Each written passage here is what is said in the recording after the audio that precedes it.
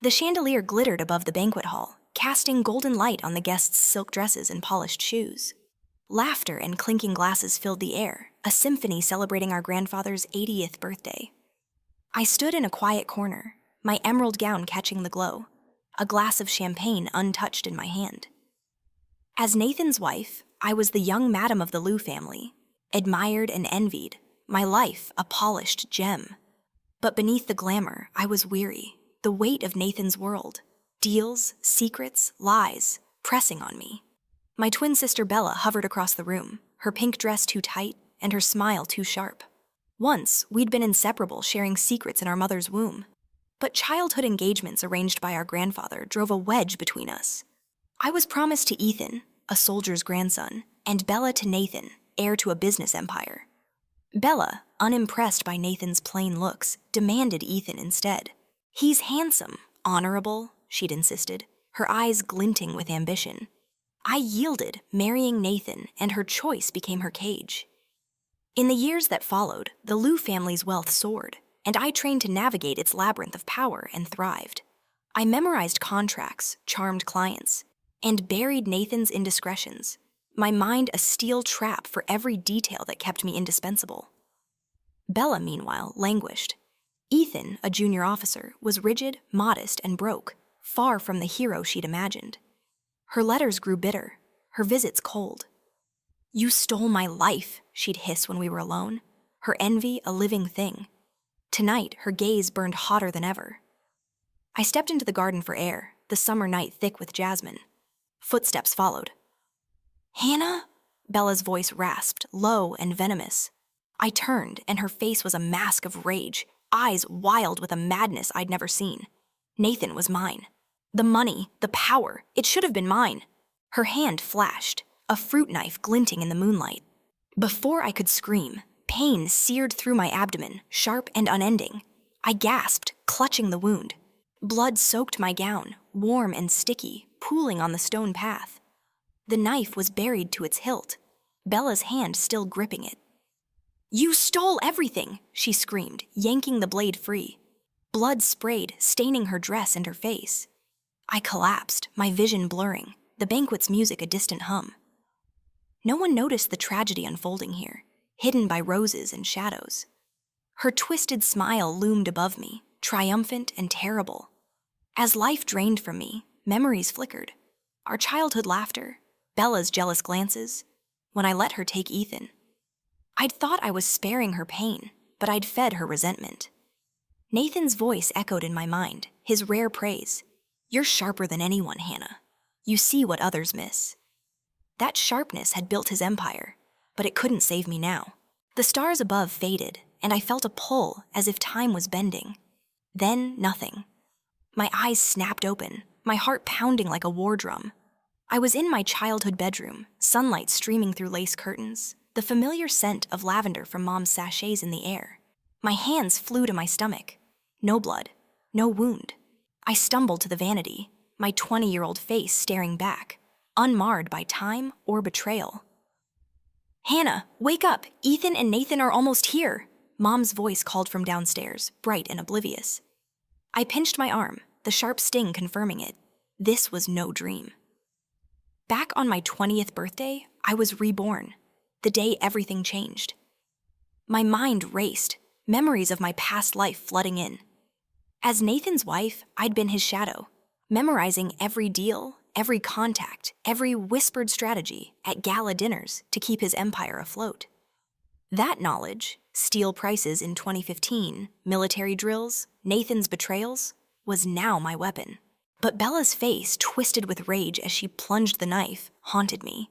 My hands trembled as I brushed my hair, fear coiling in my chest. She'd killed me once. Could she again? Downstairs, the living room buzzed with anticipation. Grandpa sipped tea, his weathered hands steady, while Dad adjusted his tie, nervous about the marriage proposals. Bella sat on the sofa, dolled up in a crimson dress. Her makeup was flawless, but her eyes were sharp, like a predator's. Her lips curled into a smug smile when she saw me, but something flickered in her gaze. Recognition. Calculation. "Hannah," she purred. "Today's the big day." My heart skipped. She'd been reborn too, her confidence a mirror of my dread. In our past life, we'd drawn lots to decide our fiancés, but Bella's insistence on Ethan had reshaped our fates. Now, she knew Nathan's wealth, his power, and she wanted it. I clutched the banister, my knees weak. The doorbell rang and Mom ushered in 2 young men. Ethan stood on the left, his military uniform crisp, his features upright, eyes clear as a mountain stream. On the right, Nathan wore a tailored suit, a luxury watch glinting on his wrist, and his smile was polished but cold. Grandpa rose, his voice warm. "These are my granddaughters, Hannah and Bella. Today, we honor old promises." He gestured to Ethan and Nathan, explaining the engagements forged years ago with Ethan's grandfather, a comrade in arms, and Nathan's father, a business magnate. In my past life, Bella's tantrum had forced me to Nathan. This time, she spoke before Grandpa could finish. "I want Nathan," she declared, striding to his side, linking her arm through his. "It's love at first sight." She lied, her voice syrupy, her eyes daring me to challenge her. Nathan shifted, uncomfortable but charmed, offering a polite nod. The room stilled, all eyes on me. Bella leaned close, her whisper venomous. "My turn to take the rich one, Hannah. You can rot with that penniless soldier." Her words stung, but beneath her bravado, I saw desperation, a hunger to rewrite her past life's misery. In her mind, Nathan was her salvation, her chance to outshine me. She didn't know the cost. His affairs, cruelty, the Empire's fragility I'd propped up with my cunning. I looked at Ethan, standing tall, his gaze steady, untainted by greed. In my past life, Bella had called him rigid, dull, a failure. But I'd glimpsed his integrity through her complaints, his quiet strength. My throat tightened, the memory of her knife flashing. I could fight for Nathan and reclaim my old life. But what would that win? A hollow throne beside a faithless man? No, I'd choose differently this time. Not out of fear, but hope. I said I'd be happy to marry Ethan, my voice clear, cutting through the tension. I stepped toward him, my heart pounding but resolute. Bella's smile widened, smug, thinking she'd won. Grandpa nodded, pleased. Then it settled. Ethan met my eyes, a flicker of surprise softening his stoic face. "Miss Hannah," he said, his voice low, "I'll honor that choice with everything I am." His sincerity pierced me, a promise I hadn't known I needed. As the families exchanged pleasantries, Bella pulled me aside, her nails digging into my arm. "You'll regret this," she hissed, her breath hot against my ear. "I'll have everything, and you'll have nothing." Her confidence was a mask, hiding the fear I now recognized. The fear of being less, of losing again. I pulled free, my voice steady despite the tremor in my chest. "I wish you happiness, Bella." Her eyes narrowed, but I turned away, Ethan's calm presence anchoring me. The future stretched before me, uncertain but mine to shape. Bella had chosen wealth, blind to its price. I'd chosen Ethan, not for love yet, but for a chance at something real. The weight of my past life's knowledge settled in my bones, a map to guide me. But Bella's shadow loomed her envy, a threat I couldn't ignore. This second chance was a gift, but survival would demand more than memory. It would require courage. The afternoon sun filtered through the living room curtains, casting soft shadows on the hardwood floor. Ethan stood before me, his military uniform starched to perfection, a faint flush on his cheeks. "Miss Hannah," he said, his voice steady but warm. "I'll do everything to make you happy." He snapped a crisp salute, his clear eyes locking onto mine, unguarded and sincere. My breath caught. In my past life, Bella had painted him as a dull soldier with a rigid routine and empty pockets. But here, his quiet strength stirred something in me. Hope, perhaps, or the promise of safety. Bella's laughter cut through the moment, sharp and deliberate. She leaned against Nathan, her crimson dress clinging to her curves, her arm looped possessively through his. "Oh, Hannah," she cooed, her smile ablade. "You'll have such a cozy life with your soldier boy." Her words dripped with mockery, but her eyes betrayed a flicker of doubt, a shadow of her past life's regret. She'd seen my glamour as Nathan's wife, the wealth she now craved, and her choice of Nathan was a desperate bid to claim that spotlight. She didn't know the rot beneath it, Nathan's cold indifference, his wandering eyes. I forced a smile, my heart racing. The memory of Bella's knife, its cold steel piercing my stomach, flashed unbidden. My fingers twitched, itching to touch the spot where no scar now existed. She'd killed me once, driven by the same envy glinting in her gaze now. Could I trust her to let me live this time? I pushed the fear down, focusing on Ethan's calm presence. "Thank you, Bella," I said evenly. "I'm looking forward to it." Her smirk faltered, unprepared for my calm. Grandpa clapped his hands, breaking the tension. "Let's plan the engagements," he said, his voice rich with pride. As the families discussed dates, I stole glances at Ethan. He stood tall, listening intently, his posture disciplined, but his fingers fidgeting slightly. A small human detail Bella had never mentioned. In my past life, I'd learned to read people to survive Nathan's world, memorizing the tales of clients, rivals, and even his mistresses. Ethan's quiet intensity intrigued me, a puzzle I wanted to solve. Later, Mom pulled me aside in the kitchen, her hands adjusting my collar. She said softly that Ethan's family isn't wealthy, but they're honorable. His mother, Mrs. Carter, raised him alone after his father died in a mission.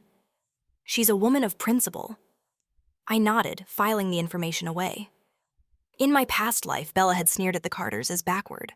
But Mom's words painted a different picture. One of resilience, not failure. "He's a company commander already," Mom added, her eyes twinkling. "A good man, Hannah." That evening, I sat on my bed, a notebook open in my lap. My past life knowledge, steel price drops, military drills, Nathan's betrayals, was a lifeline. But it came with a cost. Nightmares of Bella's knife haunted me, her twisted smile seeping into my dreams. I scribbled Ethan's name, circling it.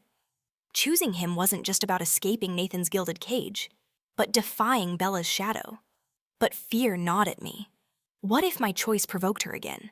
What if I couldn't outrun her rage? The next morning, Ethan arrived to discuss the engagement, a single white lily in his hand. "You mentioned liking these once," he said, almost shyly, handing it to me. The delicate petals, flown in from Kunming, carried a faint, sweet scent. My heart skipped.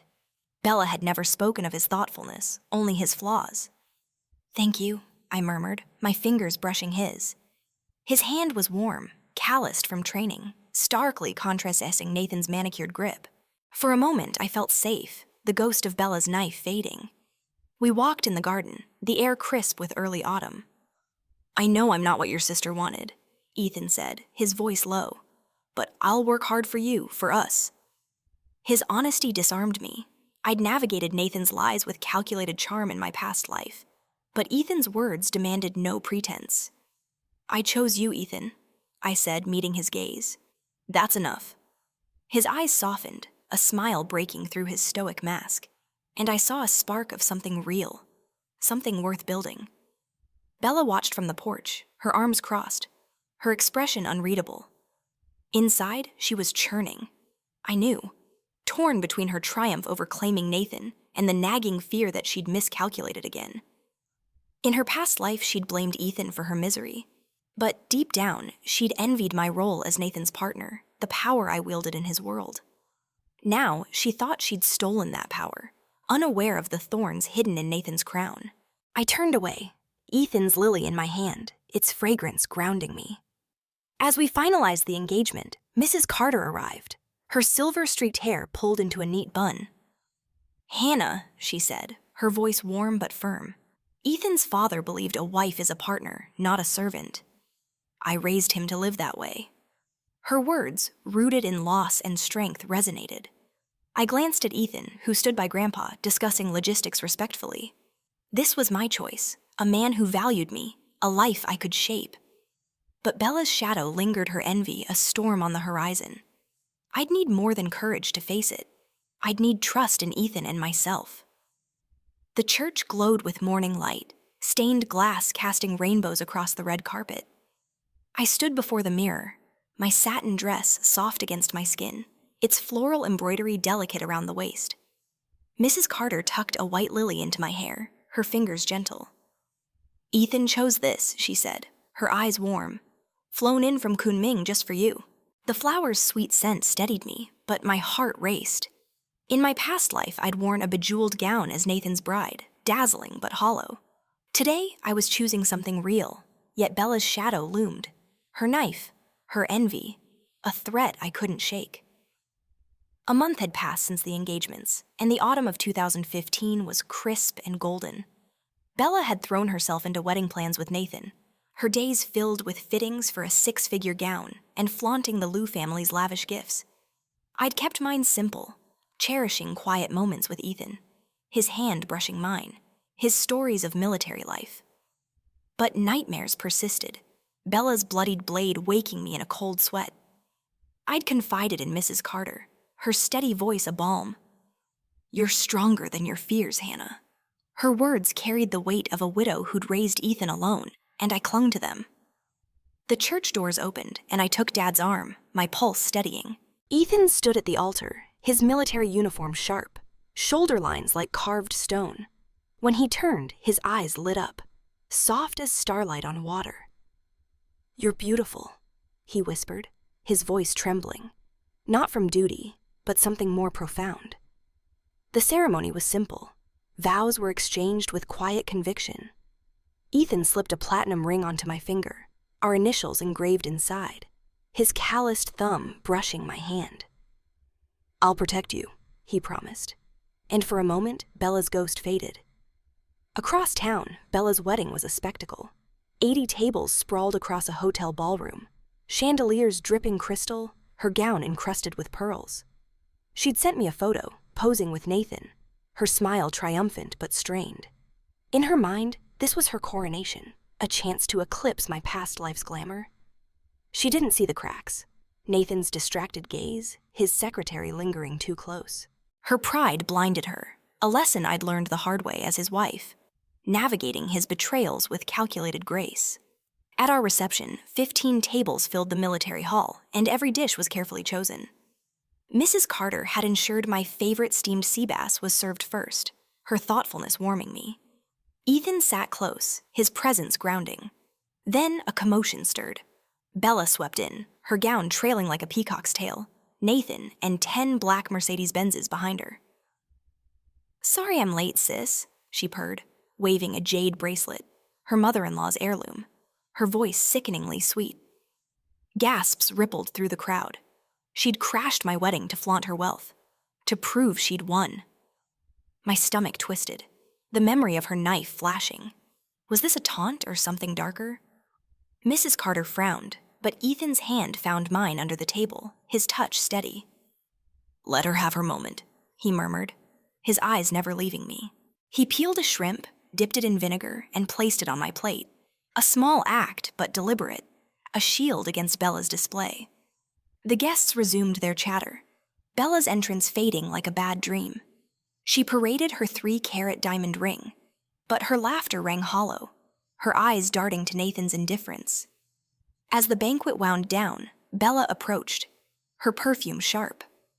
"Aren't you jealous, Hannah?" she whispered, her voice laced with need as if my envy would validate her choice.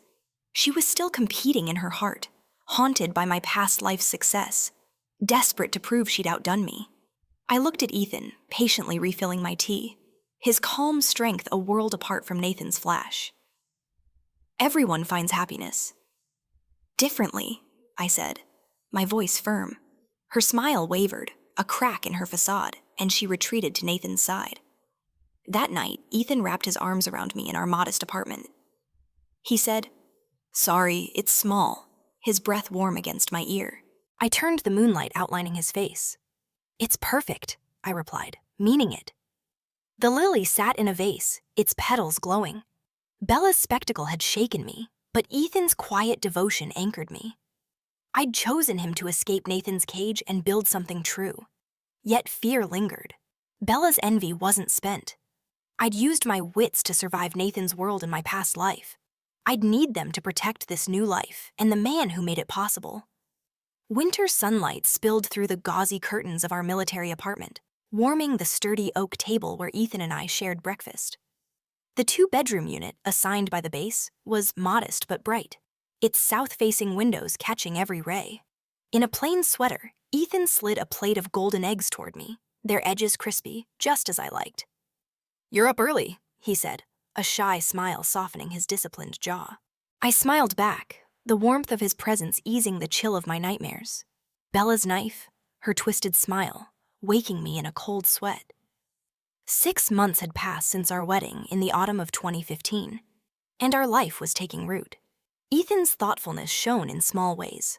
A vase of sunflowers on the windowsill, a set of military history books he'd saved to buy after I mentioned my interest. But fear lingered. Bella's envy at the wedding, her taunting whisper, "Aren't you jealous?" echoed in my mind. In my past life, I'd honed my instincts as Nathan's wife, memorizing details to navigate his world of deals and deceit. Now, that sharpness kept me vigilant, guarding this fragile happiness. Mrs. Carter visited often, her silver-streaked hair glowing as she stirred herbal soup in our kitchen. One afternoon, I confessed my nightmares, my voice trembling. "Bella killed me once," I said, the words spilling out. "I'm scared she'll try again." Mrs. Carter set down her ladle, her eyes steady. "You've got Ethan now and me. Fear's a shadow, Hannah. Face it with light." Her strength, forged by years of widowhood after her husband died on a mission, grounded me. She squeezed my hand, her calloused fingers a promise of family. Ethan's career was my focus, a way to secure our future. In my past life, I'd overheard Nathan's contacts discuss a 2015 military inspection, emphasizing night combat operations. One evening, as Ethan pored over training manuals, I sipped tea and said casually that I soon heard the district's testing night vision gear. "Focus on night drills?" He paused, his pen hovering. "How'd you know that?" he asked, half amused. I shrugged, heart racing. Just a guess. Dad's military history books. In truth, my past life knowledge was a map guiding us forward. He took my advice, his unit running night tactical exercises under starless skies. Weeks later, at a military dinner, Colonel Chen, a grizzled mentor with a booming laugh, clapped Ethan's shoulder. "Your night ops were flawless, Carter. Inspections next month? You're ready." Ethan glanced at me, his eyes curious but grateful. I smiled, hiding the thrill of shaping our path. My past life had taught me to read power's currents. Now, I used that to lift Ethan, not Nathan. Bella's life, meanwhile, was fraying. She texted me a photo from the Liu family villa, posing with a wall of designer handbags. Captioned, "Jealous?" But her following message, sent late at night, betrayed her. "Nathan's never home. His mother says I'm useless." In her mind, she was still the radiant heiress, clinging to the illusion of triumph. She didn't see Nathan's affairs, those I'd buried in my past life to save his reputation. Her desperation to outshine me blinded her to the cracks in her world. I visited Mrs. Carter at her base house, the air thick with the scent of chicken soup. "Bella's struggling," I said, peeling garlic at her worn table. "I want to help, but I'm scared." She nodded, her eyes distant. "My husband's death taught me family is worth fighting for, even when it hurts. But protect your heart, Hannah." Her words lingered as I returned home, Ethan waiting with a warm mug of tea. "You look thoughtful," he said, his voice gentle. I leaned against him, his steady heartbeat calming me. One night, Ethan came home late, mud on his boots, eyes gleaming. "We aced the inspection," he said, pulling me into a hug. "Your guess about night ops was spot on." His pride warmed me, but guilt flickered. My knowledge came from a life of pain, a life I'd escaped. I buried my face in his shoulder, whispering, "I want us to be safe." He held me tighter, sensing more than I said. "We are," he promised, his voice a vow. Bella called the next day, her voice brittle. "Nathan's company's in trouble," she said, a sob breaking through. "He yells at me for not helping." In her heart, she was unraveling, the wealth she'd chased slipping away. I remembered my past life, brokering deals to save Nathan's empire, my nights spent studying his world. "Learn his business," I suggested cautiously. "Know his colleagues and his projects." She scoffed. "I'm not you, Hannah." Her pride, her refusal to grow, was her cage. As winter deepened, Ethan and I sat by our window, snow dusting the base outside. He traced my hand, his touch grounding. "You're my partner," he said, echoing his mother's belief. I looked at him, his face soft in the lamplight, and felt a shift, Not love yet, but trust, deep and unshakable. Bella's shadow lingered, her envy a storm brewing. But with Ethan's strength and Mrs. Carter's wisdom, I'd face it, wielding my past life knowledge not just to survive, but to build a life worth living. Spring 2016 bloomed across the military base, cherry blossoms dusting the paths like pink snow. I stood in our apartment's kitchen, chopping vegetables for dinner, the rhythmic thump of the knife grounding me. Ethan was at a training drill, and his absence caused a quiet ache. Our life, now 8 months married, was a steady rhythm. His early mornings, my evenings organizing notes from my past life. In that life, I'd been Nathan's silent strategist, memorizing deals and secrets to keep his empire afloat. Now I used that knowledge to protect our future, but Bella's shadow loomed, her envy a blade in my dreams. My phone buzzed, and a photo from Bella in a red Porsche, the Liu family villa's marble steps behind her, was captioned, "Living the Dream." Her smile was brittle, her eyes hollow. In her mind, she was still the radiant heiress, and her marriage to Nathan was a triumph over my past life's glamour. But I knew the truth. Nathan's late nights, affairs, the financial cracks I'd once patched. Her text followed. "Nathan's always working. His mother hates me." The words betrayed her, a crack in her facade, her dream unraveling. I set the phone down, my hands trembling. Nightmares of Bella's knife plagued me, her scream, "You stole my life," echoing in the dark. I'd confessed to Mrs. Carter that her wisdom was a lifeline. Protect your heart, Hannah. But Bella was my sister, her pain a mirror of our shared past. I wanted to help, yet fear held me back. What if her envy turned violent again? Ethan sensed my unease, his steady gaze urging me to trust him. "We're a team," he'd said, his hand warm on mine, a vow I clung to.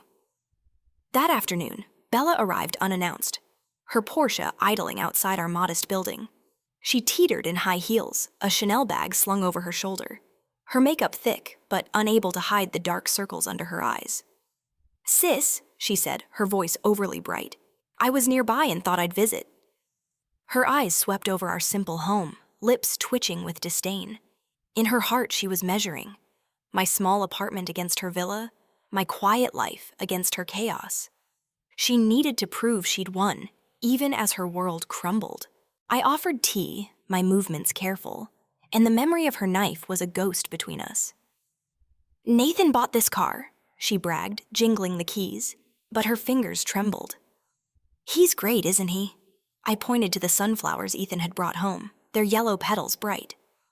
"Ethan's great too," I said, keeping my tone neutral. Her smile faltered, a flicker of doubt crossing her face. She didn't know I'd seen this before. Nathan's neglect, temper, the weight of his mother's scorn. In my past life, I'd managed it with calculated charm. Bella was drowning. We sat, the silence heavy. "Is everything okay?" I asked, softening. Her facade cracked, her voice low. "Nathan's stressed. His company's struggling. Some funding mess. His mother says I'm useless, not like you were." The admission stung, her envy bare. She'd seen my past life's success, the power I'd wielded as Nathan's partner, and it fueled her resentment. But now she was trapped, too proud to admit she'd misjudged. "Learn his business," I suggested, echoing my past life survival. "Know his colleagues and his projects." She scoffed. "I'm not you, Hannah. I don't need to grovel." Her defiance was a shield, hiding her fear of failing, of losing the life she'd stolen. I saw her younger self, the sister who'd shared my secrets, now lost in a maze of her own. I said gently, "You don't have to, but it might help."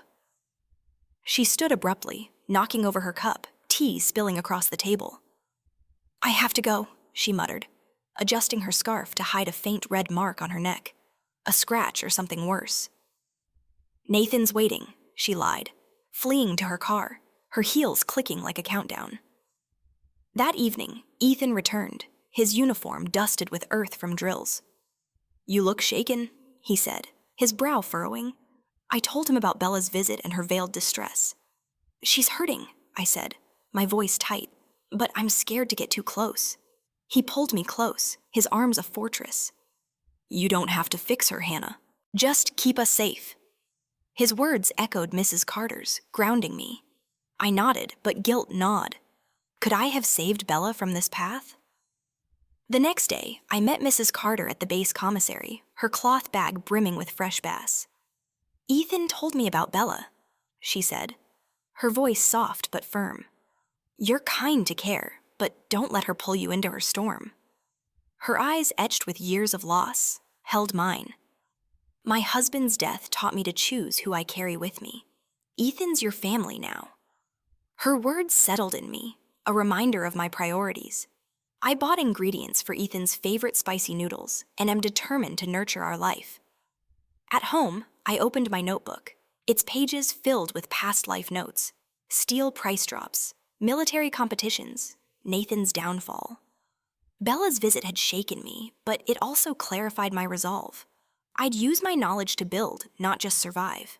When Ethan returned, he found me sketching a terrain map for an upcoming drill, my memory of a 2015 competition guiding my pen. "You're full of surprises," he said, kissing my forehead. I smiled, his trust alight against Bella's storm. Her unraveling was her choice. My life with Ethan was mine. Summer 2016 hummed with cicadas, the military base alive with drills and dust. I sat at our kitchen table, a notebook open, pages dense with past life memories, steel crashes, military strategies, Nathan's betrayals. In that life, I'd been a silent architect of his empire, my mind a vault for every deal and whisper I'd overheard at gala tables. Now, I wielded that knowledge for Ethan, my partner, whose steady presence anchored our small apartment. But Bella's knife haunted my nights. Her scream, "You stole my life," a specter I couldn't shake. 10 months into our marriage, Ethan's career was climbing. My subtle nudges, drawn from past life insights, had sharpened his edge. Last spring, I'd suggested night combat drills, recalling a 2015 inspection.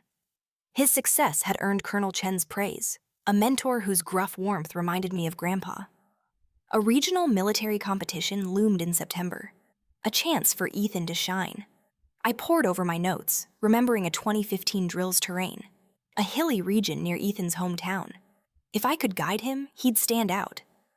Ethan returned from training, his uniform sweat-streaked, eyes bright. "The competition's tough," he said, sipping water. "The red team's got a strong flank." I handed him a napkin, my voice casual. "Your hometown has those hidden trails. Maybe use the dry creek for a surprise move. But watch the eastern slope. Loose rocks give away positions." He stared, half smiling. "How do you know that?" I laughed, heart racing. "College orienteering club." Dad's old maps. In truth, I'd pieced it together from Nathan's military contacts, their drunken boasts etched in my memory. He studied my sketch, his fingers tracing the creek. "This could work," he murmured, then pulled me into a hug, his warmth chasing my fears. But that night, I woke trembling, Bella's knife vivid in my dream. I slipped into the bathroom, splashing cold water on my face. "She can't hurt me now," I whispered, but doubt lingered. I'd confessed to Ethan weeks ago, my voice breaking. "She killed me once. I'm scared." He'd held me, his voice fierce. "You're safe, Hannah. I won't let her near you." His promise was a shield, but my strength had to be mine. Mrs. Carter sensed my turmoil. At her base house over steaming soup, she shared her story. Her husband's death in a mission, her years raising Ethan alone. "Fear's a heavy load," she said, her eyes steady. "You're building something with Ethan. Hold tight to that." Her resilience inspired me, and her words were a call to action. I nodded, vowing to channel my fear into purpose. For Ethan, for us. Days later, Ethan returned from the competition, mud-caked and grinning. "We used your route," he said, gripping my hands. "Flanked their command post. The brigade commander praised us on the spot." His pride warmed me, but guilt flickered. My knowledge came from a life of pain, a life I'd fled. I buried it, focusing on his joy. Colonel Chen invited us to a banquet, his wife whispering, "Ethan's star's rising, thanks to you." I smiled, my poise honed from past life galas. But I wrestled with Bella's threat inside. Bella's life was crumbling. She called, her voice thick with tears. Nathan's company's bleeding money. He screams at me, says I'm not you. In her heart, she was trapped, her dream of wealth a mirage. She'd seen my past life's power, brokering Nathan's deals, charming his clients, and envied it but refused to learn. Please pay attention to his work, I urged, cautious. Know his partners' names. She snapped, I'm not his secretary. Her pride was her prison, blinding her to Nathan's affairs, which I'd once buried to save face. At the banquet, Ethan stood tall, his uniform gleaming, as Colonel Chen toasted his innovative tactics. I wore a navy dress, elegant but understated, my past life skills reading the room. Officers' nods, wives' glances. A general leaned in. Your husband's lucky to have you, Mrs. Carter. I deflected with a smile, but Ethan's eyes met mine, grateful, curious. Later, he pulled me close under the stars. He teased, you're my secret weapon, but his voice held awe. I leaned into him, his heartbeat steady. My fears quieted, but not gone. Back home, I opened my notebook, circling an entry. November 2015, Lu Group Capital Crisis. Bella's storm was nearing, and her denial was a ticking clock. I'd help if I could, but not at our cost. Ethan slept beside me, breathing even, a reminder of what we'd built. My strength, forged in a past life's pain, tempered by love, was my own. Bella's unraveling was her choice. My rise with Ethan was mine. Autumn 2016 painted the military base in hues of amber and rust, the air crisp with fallen leaves. I stood in our living room, folding Ethan's freshly ironed uniform, the scent of starch grounding me. A year into our marriage, our life was a quiet symphony. His early drills, my evenings jotting past life notes. In that life, I'd been Nathan's unseen pillar, memorizing every deal and betrayal to keep his empire standing. Now I used that knowledge to shield our future. But Bella's knife haunted my dreams, her rage a shadow I couldn't outrun. My phone buzzed, a voice message from Bella. Her words slurred over the sound of vomiting. Sis, I can't take it anymore, she sobbed. Nathan told me to entertain some disgusting investor. My heart sank, the memory of her knife flashing, her scream, you stole my life. It's still raw. I'd confessed my fear to Ethan, his arms a fortress.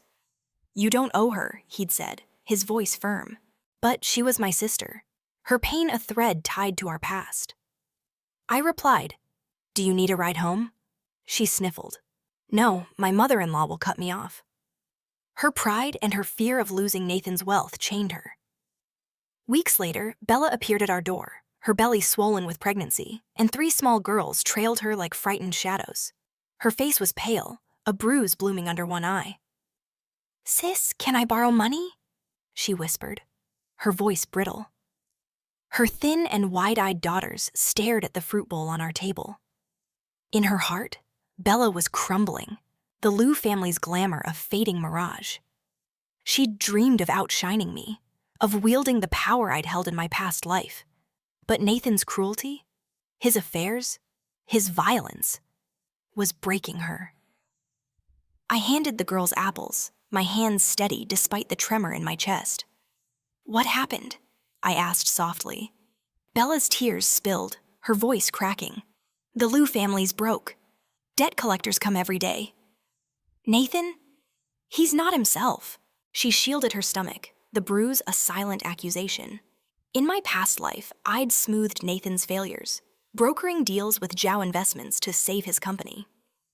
Now, Bella faced the fallout alone, her pride too brittle to bend. Did he hit you? I asked, my voice low. She flinched, muttering, he's just stressed. Ethan returned, his jaw tightening at Bella's state. The Liu groups collapsed, he said later, hanging his jacket. Private fundraising gone wrong. It's a mess. His eyes held mine, protective, wary. I nodded, guilt gnawing. In my past life, I'd saved Nathan's empire. Could I have spared Bella this pain? Mrs. Carter, visiting with a pot of herbal soup, sensed my conflict. You can't carry her burden, Hannah, she said, her voice etched with her losses. Her husband's death, her years alone. Help, but guard your family.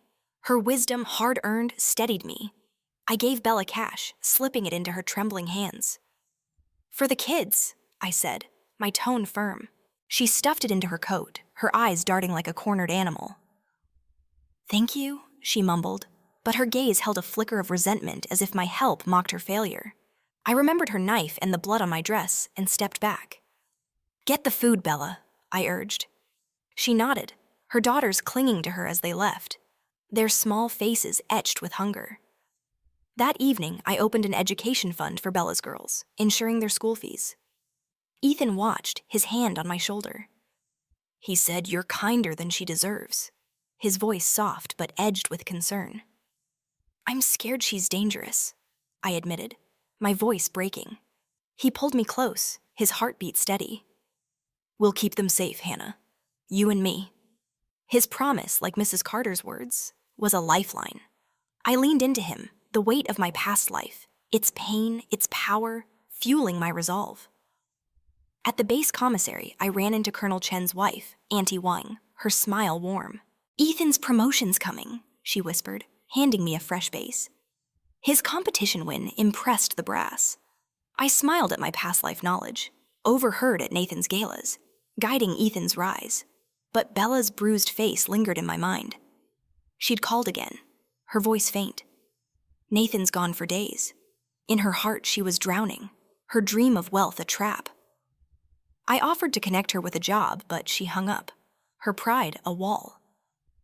As night fell, Ethan and I sat by our window, the base quiet under a harvest moon. "You're my strength," he said, his fingers tracing mine. I looked at my notebook, its pages a map of the future. Nathan's collapse, Bella's fall. I'd help her children, but Bella's path was hers. My strength, forged in a past life's pain and tempered by Ethan's love, was ours. Her despair was a warning, our life, a promise I'd fight to keep.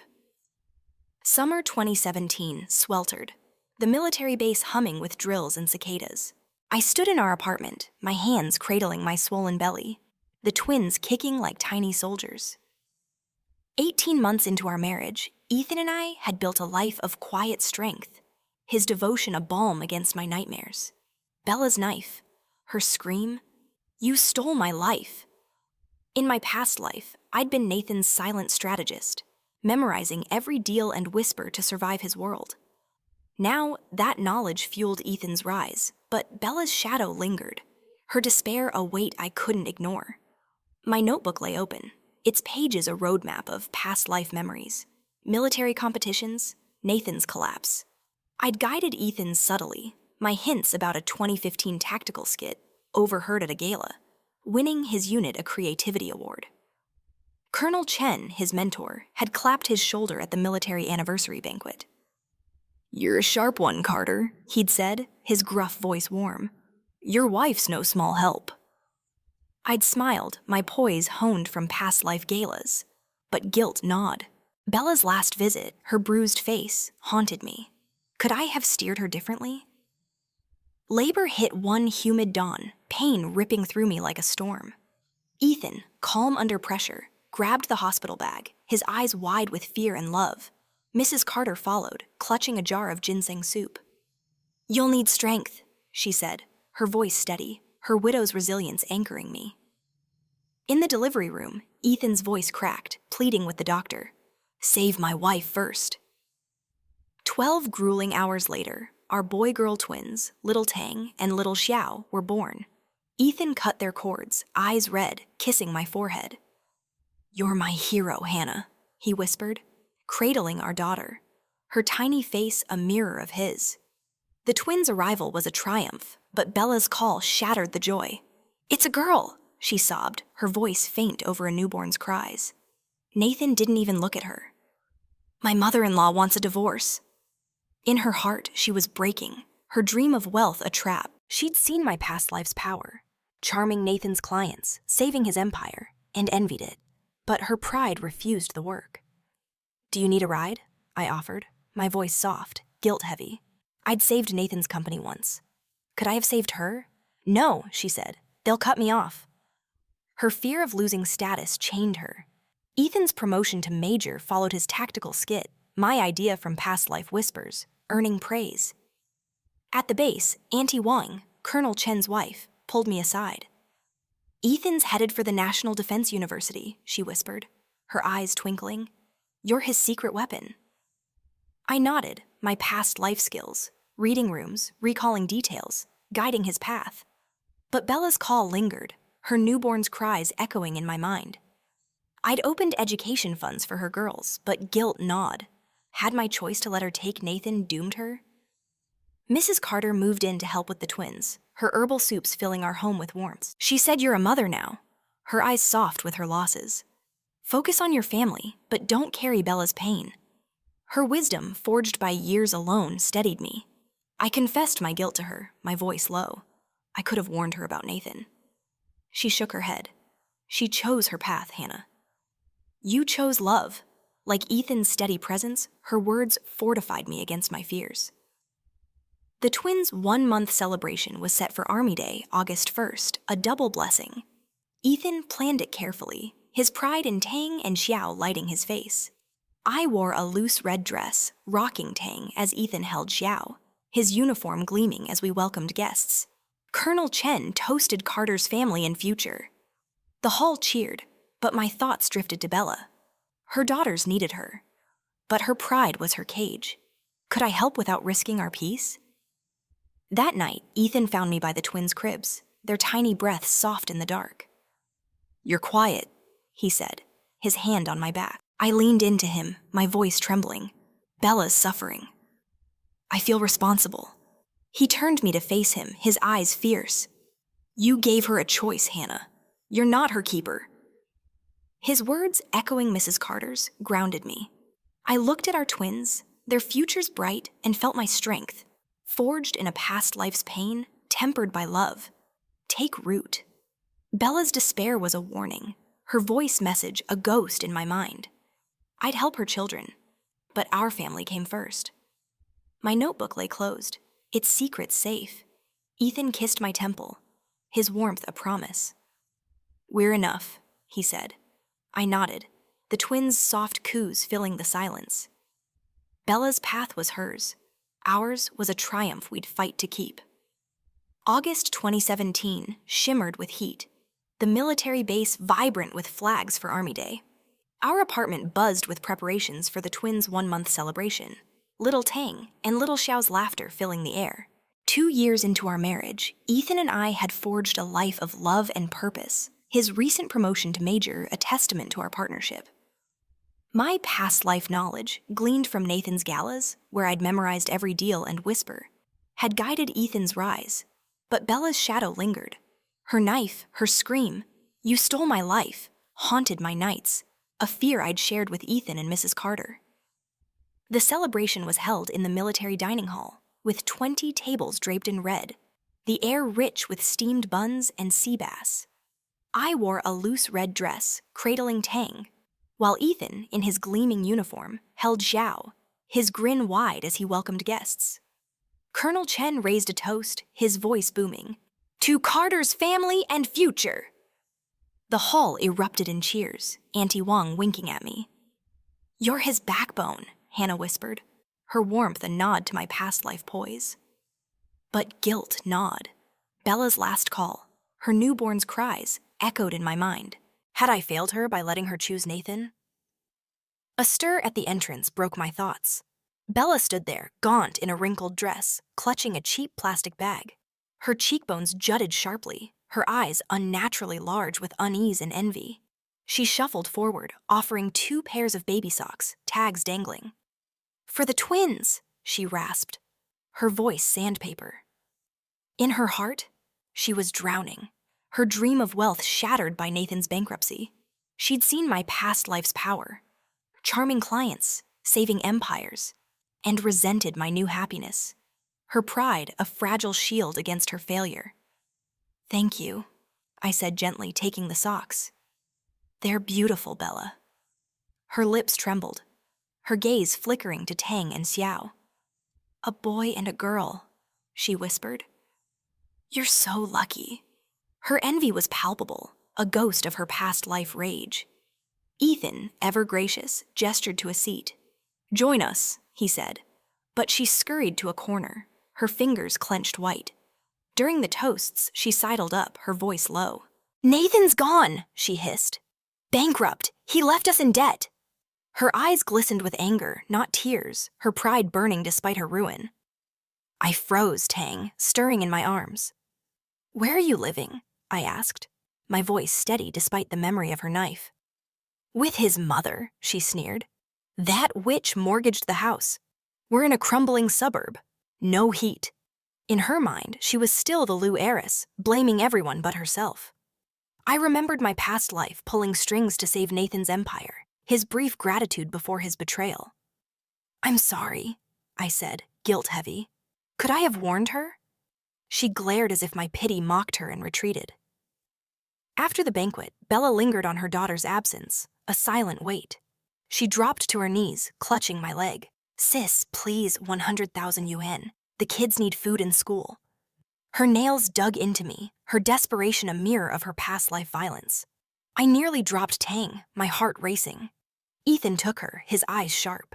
"Let's talk privately," I said, helping Bella up. I told her I didn't have that much but could give 20,000. "Find a job, Bella." Her eyes flashed, venomous. "You're so damn lucky," she spat, stuffing the cash into her bra. "Your life's perfect no matter who you marry." The words cut, echoing her past life rage. That night, I found her in our bedroom, holding the jade bracelet Mrs. Carter had given me, her eyes wild. "This should have been mine," she screamed, wrenching free as I reached for it. The bracelet fell, a soft thud on the carpet. Mrs. Carter rushed in, her face stern. "Enough, Bella," she said, her widow's strength unyielding. Bella froze, her rage crumbling into shame. "I'm fine," I said, smoothing my hair, but my hands shook. "She's moving out tomorrow," I told Mrs. Carter, my voice firm. Ethan drove Bella to the station, returning with a sigh. "She cried the whole way," he said. "She said she regrets fighting you." I rocked Xiao, my heart torn. Her regret wasn't for me. It was for betting on Nathan. "She's dangerous," Ethan warned, echoing my fear. I nodded, the bracelet safe in my drawer. "We'll help her kids, but she can't stay here." Mrs. Carter squeezed my shoulder. "You're protecting your family," she said, her eyes soft with pride. Her strength, forged through loss, bolstered mine. I transferred 20,000 yuan to Bella and arranged a subsidized apartment, ensuring her girls' education funds. Bella's last stand was a warning. Her envy could flare again. My past life knowledge had built our life, but my strength, honed by fear, tempered by love, would guard it. As Ethan slept, his arm around me, I vowed to keep our twins safe, no matter the cost. Spring 2022 bloomed softly, the Beijing air warm with the scent of crabapple blossoms. 5 years into our marriage, Ethan and I had settled into a 2-story military compound house. Our twins, little Tang and little Xiao, now 4, their laughter echoing through our yard. Ethan's promotion to brigadier general had brought us here, my past life knowledge, gleaned from Nathan's galas, where I'd memorized deals and strategies, guiding his meteoric rise. But Bella's knife still haunted my dreams, her scream. "You stole my life." A shadow I'd learned to face with Ethan's steady love and Mrs. Carter's wisdom. I'd relocated Bella and her 5 daughters to a subsidized apartment in 2017, funding their education to shield them from her chaos. Her confrontation over the jade bracelet and her desperate cry, which should have been mine, had forced me to set boundaries. Yet guilt lingered. Had my choice to let her take Nathan doomed her? I'd confessed to Mrs. Carter, her eyes soft with her losses. "You've done enough, Hannah," she'd said, her voice firm. "Focus on your family." Her strength, forged by her husband's death, urged me to balance compassion with caution. During the Qingming festival, I drove alone to the cemetery outside Beijing, where 2 bouquets of white chrysanthemums were in the trunk, one for Mom and one for Dad. Tang and Xiao were with Ethan at the military museum, their voices chattering through a morning call. The memorial park was quiet, willow branches swaying in the breeze. I followed the familiar path to our parents' tombstone, stopping short. Bella knelt there, her shoulders trembling, a plain gray coat dusting the ground. Her hair was tied back, her face streaked with tears, no longer the polished heiress, but a woman worn by time. She turned, startled, wiping her face with a sleeve. "I didn't know you'd be here," she stammered, her voice rough. Mud stained her knees, and a pack of Dad's favorite cigarettes was among her offerings. In her heart, she was grappling, the weight of her choices, choosing Nathan, clinging to pride, crushing her. She'd seen my past life's power, envied it, but now faced her reckoning. "I come every year," I said, placing my flowers beside hers. Once sharp with envy, her eyes held something new, clarity, fragile but real. "How are the kids?" I asked, breaking the silence. "Tina's in teacher's college," she said quietly, pride flickering. "The others are okay, thanks to your funds." Over the years, I'd insured their tuition, never giving Bella cash directly. She'd started working as a supermarket cashier, taking night classes in accounting, her hands rough from sewing for a clothing factory. She reached into her bag, pulling out a plastic sack. She said I knitted these for Tang and Xiao, offering 2 wool sweaters, pink and blue, their stitches uneven but earnest. "I'm not good, but it's real wool." I took them, surprised. "Are you knit now?" I asked. She rubbed her fingertips, raw from work. "Learned in night school, it keeps me busy." Her voice caught, and she looked at the tombstone. "Hannah, I'm sorry," she said, her words a whisper. That night at Grandpa's banquet, I lost my mind. The memory of her knife and the blood on my dress surged, my chest tightening. I'd never spoken of it, but her apology was raw. She added that I was wrong to fight you over Nathan, tears falling. I thought wealth was everything. I took a deep breath, the chrysanthemums trembling in the breeze. "It's in the past," I said, my voice steady but soft. "How's life now?" She forced a smile, strange but genuine. "Tina graduates next year. It's hopeful." She paused, then added, "They caught Nathan last year, in Macau, working as a casino thug." Her clarity was new, her bitterness smoothed by years of struggle. "You were right," she said. "It's not just picking the right person.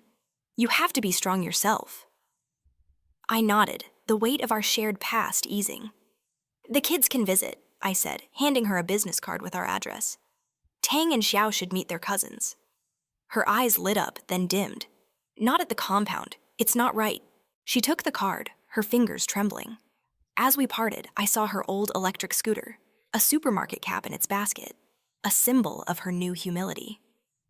Following Wednesday Tang's birthday, I called. She nodded earnestly. "I'll remember." Driving home, I held the blue sweater, its crooked tag reading peace and joy, like my jade bracelet. Ethan greeted me, Tang on his shoulders, Xiao molding dough tanks. "Bella's changed," I said, showing him the sweaters. His expression softened. "She's trying," he said, his voice warm with the kindness that defined him. Mrs. Carter, setting the table, smiled.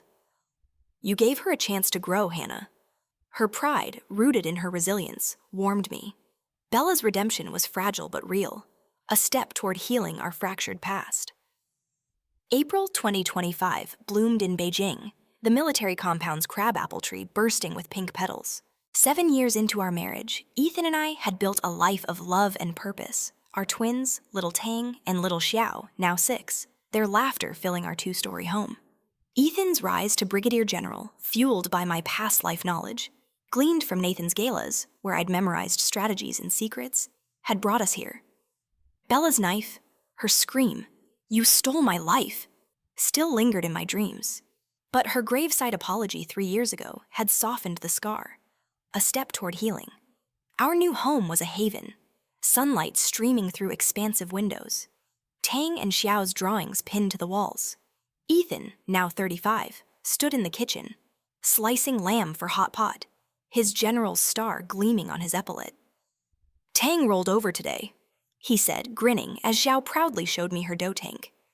Mrs. Carter, arranging plates, chuckled, her silver hair glowing.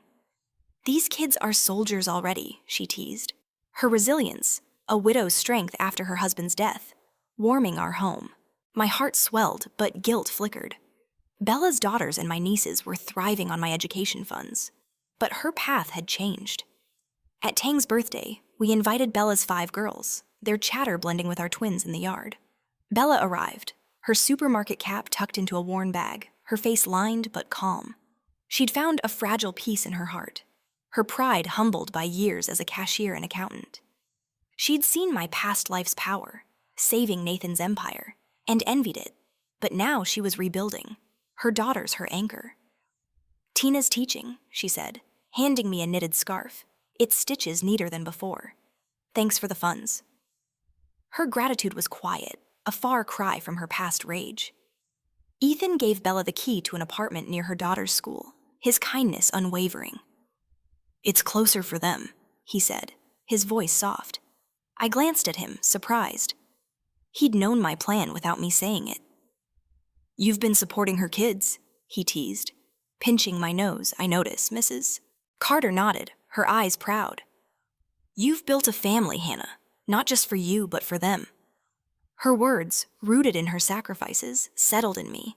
I'd feared Bella's envy, her knife, but love, Ethan's, Mrs. Carter's, mine, had forged something more substantial.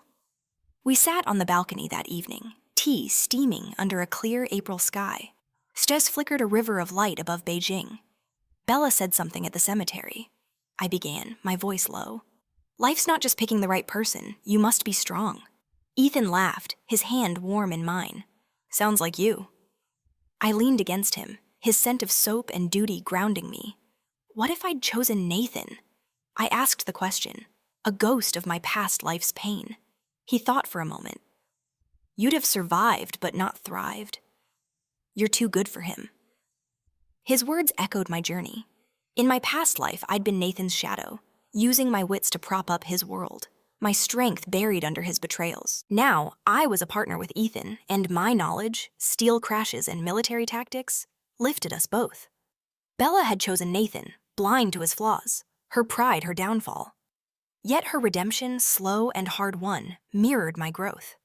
I'd faced her knife in dreams, my fear a test I'd passed with Ethan's love and Mrs. Carter's wisdom. The next day, a banquet celebrated Ethan's appointment as chief of staff for a regional command. I wore a tailored navy suit, my hair pinned neatly, Tang and Xiao babbling in their stroller. Vice Commander Xiao clapped Ethan's shoulder. 35 and a general. Few match you." A retired general chuckled. "I heard Mrs. Carter behind your sharp reports." I smiled, deflecting and just proofreading. In truth, my past life whispers, overheard from Nathan's mistress, a military insider, had shaped Ethan's ideas, a secret I guarded. As guests toasted, I looked at our family photo on the mantel. Ethan in his uniform, me with the twins, and Mrs. Carter smiling behind us.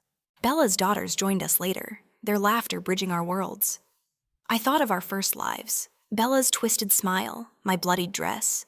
We'd started the same, twins bound by blood. But our choices diverged. Hers led to ruin, then redemption. Mine to love, to triumph.